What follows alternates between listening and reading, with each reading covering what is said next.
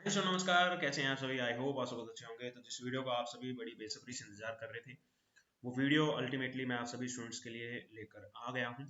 अब आप सभी का इंतजार खत्म किया है तो आप भी मेरा इंतजार खत्म कर दीजिए। वीडियो को लाइक जरूर कर दीजिएगा, और हाँ, अगर आप पहली बार चैनल पर आए हैं तो जरूर चैनल को सब्सक्राइब करके रखें बेल आइकन के साथ में, क्योंकि आज शाम को आपके साथ में डिस्कशन है आंसर की को लेकर के। किस तरह से आपने आंसर की को लिया है, कितना खुश आप आंसर की से हैं, और क्या मार्क्स आपके यहाँ पर बन रहे हैं, उन सब की डिस्कशन आज हम चैनल पे करने वाले हैं। तो जरूर चैनल को सब्सक्राइब करके रखिएगा बेल आइकन के साथ में। और हाँ, आप टेलीग्राम पे एबी गुरुजी ग्रुप को भी ज्वाइन कर सकते हैं हर अपडेट का सबसे पहले फायदा लेने के लिए। और अगर आपने अभी तक हमारी एबी गुरुजी की एप्लीकेशन को डाउनलोड नहीं किया है, जो कि आपके लिए लॉन्च कर दी गई है, तो आप उसे भी जरूर डाउनलोड करके रखें। प्ले स्टोर पे जाके एबी गुरुजी सर्च करें। यहाँ पर आपको ना सिर्फ जून 2023 के लिए बैचेस देखने को मिलेंगे, पेपर 1 और पेपर 2 कॉमर्स के लिए, बल्कि यहाँ पर आपको बहुत सारा स्टडी मटेरियल भी मिलने वाला है बिल्कुल फ्री ऑफ कॉस्ट, और क्विजेज भी यहाँ पर फ्री ऑफ कॉस्ट दी जाती है। तो आप इस एप्लीकेशन का फायदा ले सकते हैं। अभी के लिए ये बिल्कुल फ्री ऑफ कॉस्ट आप सभी के लिए रखी गई है। और अगर आप इंटरेस्टेड हैं जून 2023 के बैच के लिए, तो वो भी आप वहाँ पे ज्वाइन कर सकते हैं। बहुत ही मिनिमल फीस पे क्वालिटी लेक्चर्स वहाँ पर आपको दिए जा रहे हैं। चलिए जी, आगे की ओर हम वीडियो में बढ़ते हैं। यहाँ पर देखिए, पहले हमारे पास में जो क्वेश्चन आया है वो ये वाला क्वेश्चन है। AI is an artificially created environment used to give a feeling of being there, whereas virtual reality learns from changing circumstances। अब जो वर्चुअल रियलिटी है उसकी यहाँ पर करेक्टरिस्टिक्स दे रखी है, जबकि AI ऐसा नहीं होता। AI तो इंटेलिजेंस है डियर, वो इंटेलिजेंस ही के साथ में हमारे को काम करना बता रही है, और वो भी टेक्नोलॉजी के बेसिस पर। तो ऐसे में जो ये यहाँ पर बात की गई है वो बिल्कुल गलत है, और एनटीए ने भी इसको गलत माना है। दिक्कत कहाँ पर आ रही है? दिक्कत यहाँ पर आ रही है डॉट मैट्रिक्स और इंकजेट प्रिंटर्स के जैसे लेजर प्रिंटर जो है वो इंक का यूज नहीं करते हैं। तो अब आप जानते हैं लेजर प्रिंटर जो है वो इंक का यूज नहीं करते, बिल्कुल सही बात है, क्योंकि ये टोनर का यूज करते हैं। टोनर का यूज किया जा रहा है, जबकि डॉट मैट्रिक्स और इंकजेट, इंकजेट के अंदर तो नाम में छुपा हुआ है कि वो इंक का यूज करते ही करते हैं। और डॉट मैट्रिक्स आप लोगों, ये 90s के वक्त के अंदर यूज होता था, शायद आप लोगों ने देखा हो। जैसे आप ये मान लो रेलवे स्टेशन, रेलवे स्टेशन में जो टिकटिंग है, मैक्सिमम रेलवे स्टेशन के अंदर जो टिकटिंग है वो डॉट मैट्रिक्स टेक्नोलॉजी के आधार पर ही होती है। तो वहां पर क्या होता है, एक तरीके से रिबन होता है डियर, वो रिबन जो है वो इंक का ही होता है। तो ऐसे में इंक वहां पर भी यूज होती है। अगर एग्जामिनर ने सोचा हो कि यहाँ पर फंसा लूंगा, तो यहाँ पर भी इंक होती है। तो ये वाले स्टेटमेंट तो हमारे पास में बिल्कुल सही हो गया।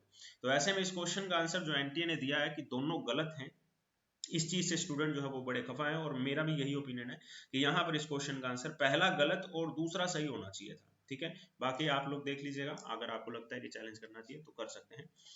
अब उसके बाद में ये क्वेश्चन यहाँ पर स्टूडेंट द्वारा दिया गया, इसमें स्टूडेंट को कंफ्यूजन हुई कि यूनिवर्सिटी एजुकेशन कमीशन में ये पॉइंट्स जो है वो उनको देखने को नहीं मिल रहे हैं, और खास तौर पे कंफ्यूजन हो रही है पहले में और चौथे पॉइंट्स में।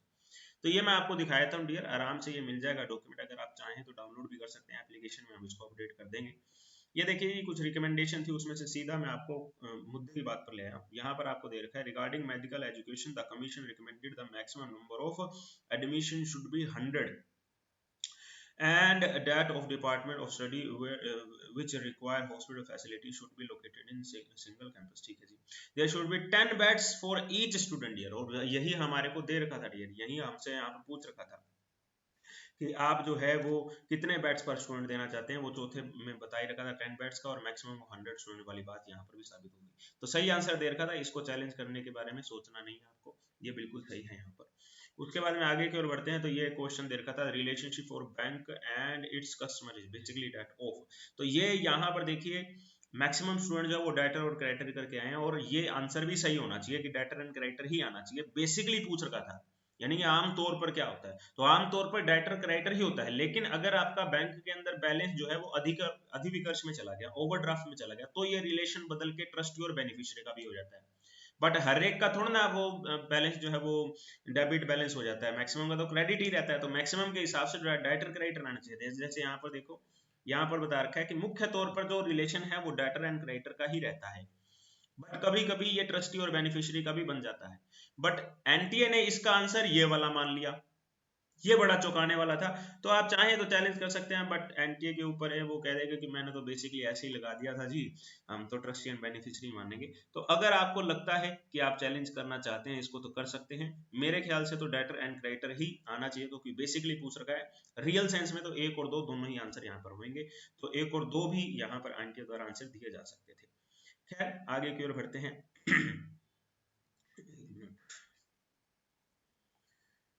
चलिए जी, यहाँ पर हमारे पास में इस क्वेश्चन को हमने देख लिया, और यहाँ पर हमारे पास में है वाइगॉत्स्की emphasizes the significant role played by the adults and more able peer in children learning। जी हाँ बिल्कुल, यहाँ पर ये बात जो है वो सही है। पर यहाँ पर दूसरी ओर जाते हैं तो zone of proximal development is the area where the child solve the problem alone without the help of others. नहीं, ये बात गलत है। एनटीए ने इस क्वेश्चन का आंसर दोनों इनकरेक्ट माने हैं, जबकि पहले वाला करेक्ट है डियर। वाइगोत्स्की ने ये ऐसा कहा है डियर, ये पहले वाला स्टेटमेंट तो सही है, और उसको आप जनरल साइंस में भी रिसर्च करते हैं तो आपको मिल जाएगा, वाइगोत्स्की ने बोला है। और उसी थ्योरी के बेस पर नीचे वाला पॉइंट यहाँ पर कहा जाता है कि जोन ऑफ प्रोक्सिमल डेवलपमेंट वो एरिया होता है जहां पर स्टूडेंट जो है वो without the help of others जो है वो करता है। नहीं, ऐसा नहीं होता। ये जैसे मान लो कि ये एक एरिया है हमारे पास में, उसके ऊपर ये एक एरिया हमारे पास में आ गया है, और उसके ऊपर ये एक एरिया हमारे पास में आ गया। जैसे मान लो ये 3 प्रकार के एरिया है। पहले यहाँ पर ये वाला एरिया है, ये वाला एरिया वो है जहां पर स्टूडेंट जो है वो किसी की हेल्प लिए बिना जो है वो सोल्व कर रहा है जी प्रॉब्लम को।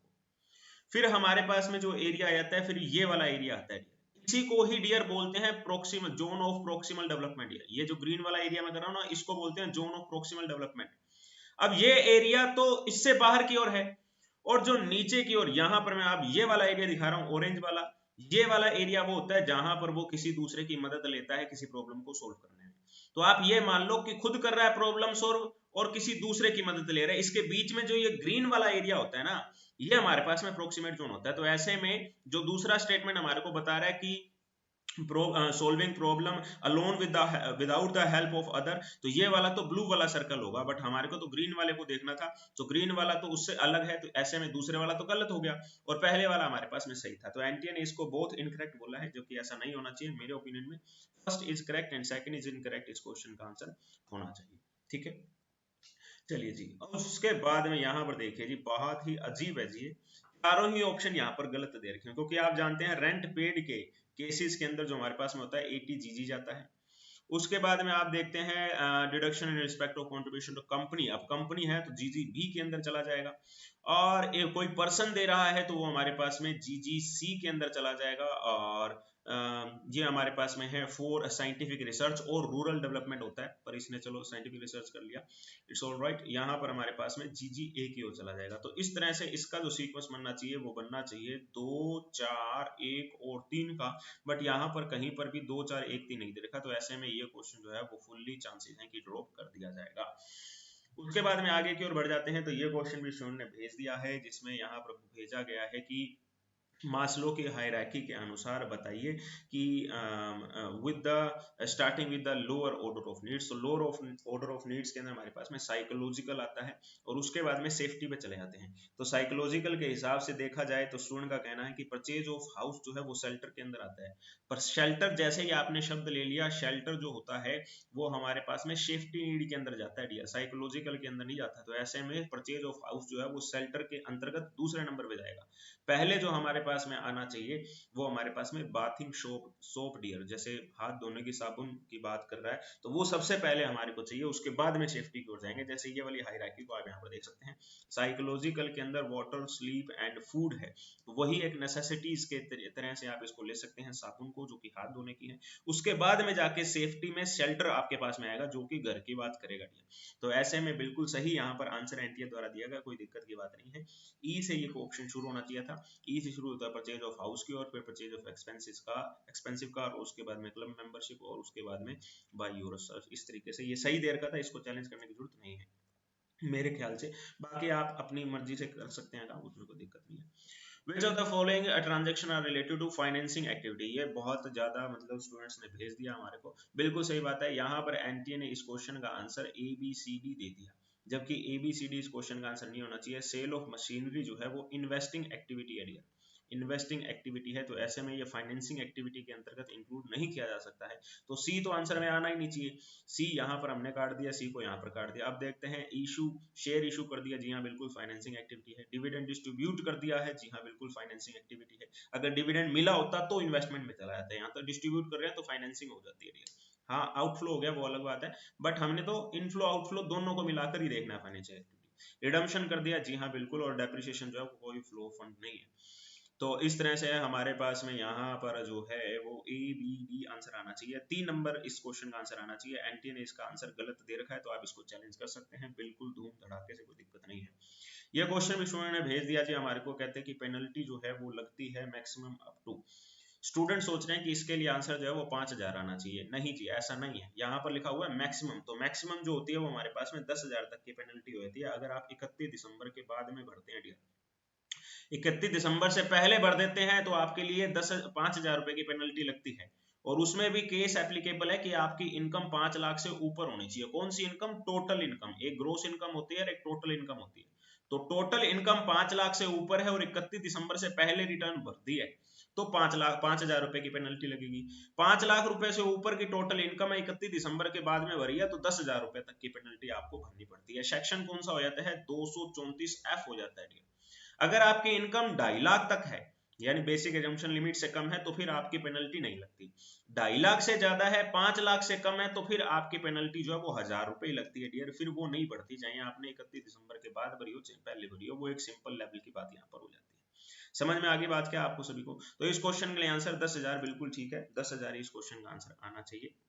एनटीए ने, मेरे ख्याल से, मैंने स्टूडेंट से पूछा था कि बता दो हमारे को क्या आंसर एनटीए ने दिया, बट मेरे ख्याल से वो देखा नहीं होगा या कोई भी, जब जब मैं वीडियो बना रहा हूँ तब तक रिस्पॉन्स नहीं आया होगा। तो 10,000 मेरे ख्याल से एनटीए ने दिया होगा, तो 10,000 ही इस क्वेश्चन का आंसर आना चाहिए।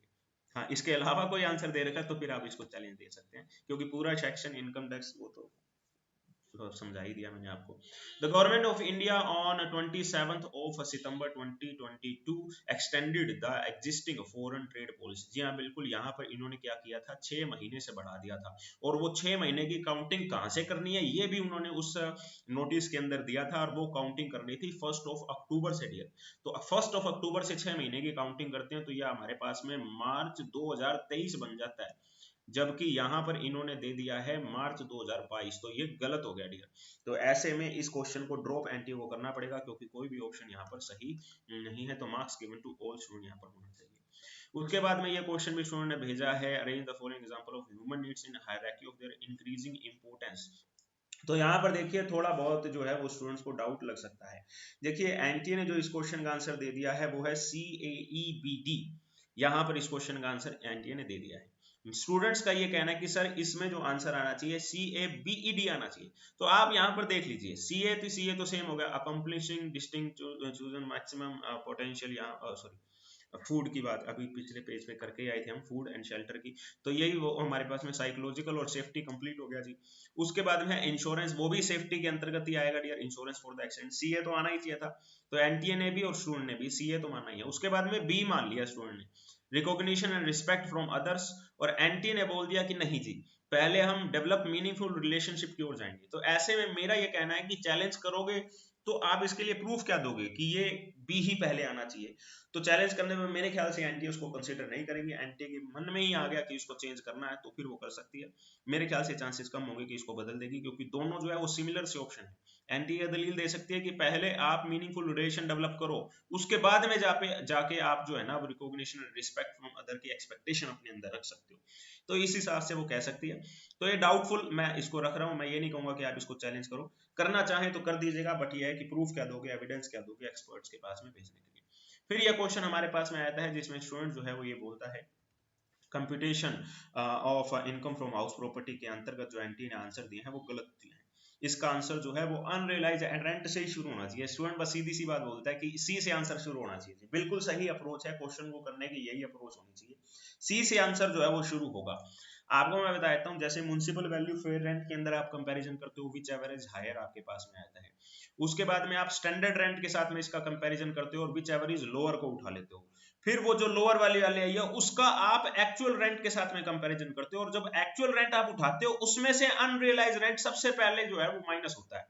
फिर आप इन दोनों का कंपैरिजन करके इन दोनों में जो है वो हायर को उठाते हो। तो सबसे पहले जो माइनस होने वाली फिगर है वो अनरियलाइज रेंट है, और एक ही ऑप्शन में दे रखा है, जबकि एनटीए ने इसका आंसर जो है वो गलत दे रखा है। एनटीए ने ACBED बोल दिया इसका, जो कि गलत हो जाता है। ये आंसर कतई नहीं आएगा, 2 नंबर इस क्वेश्चन का आंसर आएगा। फिर अनरियलाइज रेंट माइनस करने के बाद में आपके पास में जो वैल्यू आएगी, फिर आप उसके अंदर से वैकेंसी पीरियड को माइनस कर दोगे। फिर वैकेंसी पीरियड आती है माइनस होने के लिए, हालांकि यहाँ पर क्वेश्चन में आपको वैकेंसी नहीं दे रखी। वैकेंसी पीरियड माइनस करने के बाद में आपके पास में ग्रोस एनुअल वैल्यू आती है। फिर ग्रोस एनुअल वैल्यू के अंदर से आप जो है वो ये घटाते हो म्युनिसिपल टैक्सेस को। फिर म्युनिसिपल टैक्सेस को, लोकल टैक्सेस वगैरह को घटाने के बाद में आपके पास में वैल्यू आती है एनुअल वैल्यू डियर। तो थोड़ा सा कॉम्प्लिकेटेड रहता है, जब बैचेस क्लासेस चलती है उस वक्त के अंदर मैं बहुत अच्छे तरीके से समझाता हूँ। फिर स्टैंडर्ड डिडक्शन आती है। फिर स्टैंडर्ड डिडक्शन के बाद में आप जो है वो जो भी पिछले सालों का आपका लोन वगैरह रह गया था वो 1/5 घटा देते हो, और उसके बाद में जो आपका करंट का लोन चल रहा है उसको घटा देते हो। तो इस तरह से 2 नंबर जो इस क्वेश्चन का आंसर आना था। ये कुछ क्वेश्चन डियर जो मेरे पास में आए थे उनके आधार पर मैंने आपके साथ में डिस्कशन की है। सबसे इंपॉर्टेंट चीज ये है कि इसके अलावा भी क्वेश्चंस हो सकते हैं, मैं ऐसा क्लेम नहीं कर रहा कि इसके अलावा कोई क्वेश्चन नहीं होंगे। मैंने अपनी तरफ से एनालिसिस नहीं किया, जो स्टूडेंट्स ने भेजे हैं क्वेश्चन उनको एनालिसिस करके जो भी मेरे तक पहुंच पाए, जो भी टाइम मेरे पास में था उसके आधार पर मैं आपको यहाँ पर बता रहा हूँ। इसके अलावा कोई भी क्वेश्चंस आपको लगते हैं तो अब तो समय नहीं रहेगा मेरे पास, क्योंकि 2 बजे क्लास है और उसको आप भी बेसिकली ज्वाइन कर सकते हैं। वो मैं आपको बता देता हूँ, एप्लीकेशन पे जाएंगे तो आपको वो क्लास आज आप ज्वाइन कर सकेंगे। 2 बजे की क्लास है, 2 या 3 घंटे शायद वो चल सकती है, तो आप उसको फ्री ऑफ कॉस्ट ज्वाइन कर सकते हैं। देख लीजिएगा किस तरीके से क्लासेस लगाई जाती हैं, इस कोर्स के अंदर वो क्लास होने वाली है। और रात की डिस्कशन के लिए भी आप जरूर चैनल के साथ में बने रहिए, रात को आपके साथ में डिस्कशन की जाएगी। लगभग 9 बज जाएंगे, 9 बजे लाइव सेशन किया जाएगा जिसमें पूछ लिया जाएगा कि किस तरीके से आंसर की को आप लेते हो, कैसे आप कितने नंबर आपके बने हैं, वो सब चीज की डिस्कशन हम कर लेंगे। चैनल के साथ में यूं ही बने रहिएगा हर प्रकार के इंपॉर्टेंट वीडियो का फायदा लेने के लिए, और एप्लीकेशन को डाउनलोड करके रखिएगा ना सिर्फ क्लासेस के लिए बल्कि फ्री में क्विज़ेस, डॉक्यूमेंट्स, स्टडी मटेरियल वगैरह के लिए। इस वीडियो को देखने के लिए सभी का बहुत बहुत धन्यवाद। जय हिंद, जय भारत। कोई भी सपना साकार करने के लिए सबसे जरूरी है सही कोच का होना। चुनिए AP गुरु जी को और करे अपने UGC net paper 1 paper 2 commerce का सपना साकार। Download the app now.